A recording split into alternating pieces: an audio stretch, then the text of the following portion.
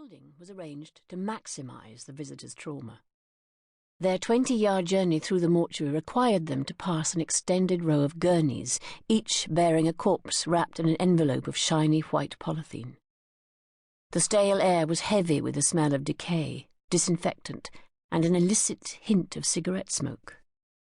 One after another, 3 separate couples made the walk along the corridor and steeled themselves to look down on the bare head and shoulders of the Jane Doe, her skin now starting to yellow and take on a papery texture.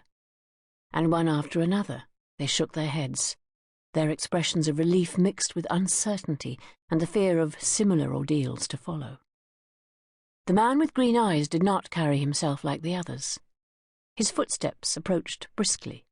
His manner was abrupt and businesslike, yet somehow seemed to cover a sadness or uncertainty that Jenny read as regret.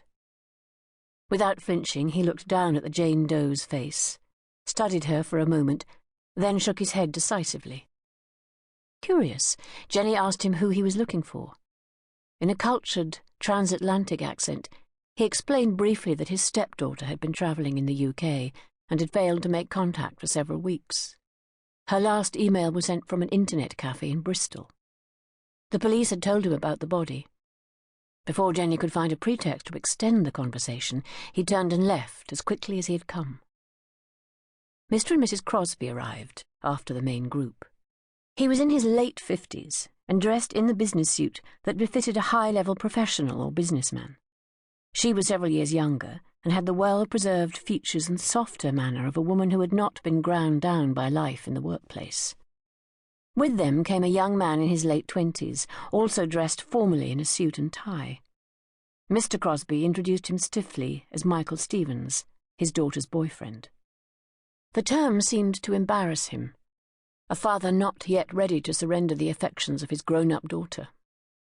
Jenny offered a sympathetic smile and watched them gaze down at the body, take in the contours of the staring, lifeless face, exchange glances and shake their heads. "No, it's not Anna Rose," Mrs. Crosby said with a trace of doubt. "Her hair isn't that long." The statement seemed to satisfy her husband, but the young man was stealing another glance, wise enough to know, Jenny could tell, that the dead can look deceptively different from the living. "The eyes are glass," she said, "so the colour could be different. There are no distinguishing marks, and the body was completely depilated." Mr. Crosby's eyes flitted questioningly towards her. "She has no body hair," his wife explained. He gave a dismissive grunt. "It's not her," Michael Stevens said finally. "No, it's definitely not her." "If you're at all unsure, I'd advise you to take a DNA test," Jenny said to the parents. "We adopted Anna Rose," Mrs. Crosby said, "but I expect we can find something of hers. A hairbrush would do, wouldn't it?" "The hair sample would be fine." Mr. Crosby offered a terse thank you and placed a hand in the small of his wife's back. But as he made to lead her away, she turned to Jenny. "Anna Rose has been missing for 10 days. She's a physics graduate. She works at Maybury with Mike. She didn't have any problems. She seemed perfectly happy with life." Mrs. Crosby paused briefly to collect herself.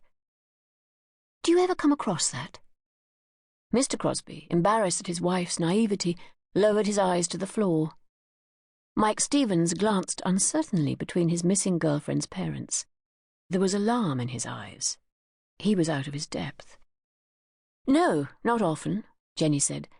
"In my experience, suicide, if that is what's in your mind, is invariably preceded by depression. If you were close to the person, I think you would know." "Thank you," Mrs. Crosby said. "Thank you." Her husband steered her away. Mike Stevens glanced briefly at Jenny in such a way that she assumed he had a question of his own, but whether from shyness or family protocol, he kept it to himself and followed the Crosbys out. As they disappeared from view, Jenny vaguely recalled an item she had heard on the radio about a young woman who had gone missing from her home in Bristol, a trainee at Maybury, the decommissioned nuclear power station that sat 3 miles east of the Severn Bridge. Maybury and the other 3 retired stations on the estuary had been much discussed in the local media lately. A new generation of scientists was being recruited to decommission the 50-year-old reactors and build the new ones.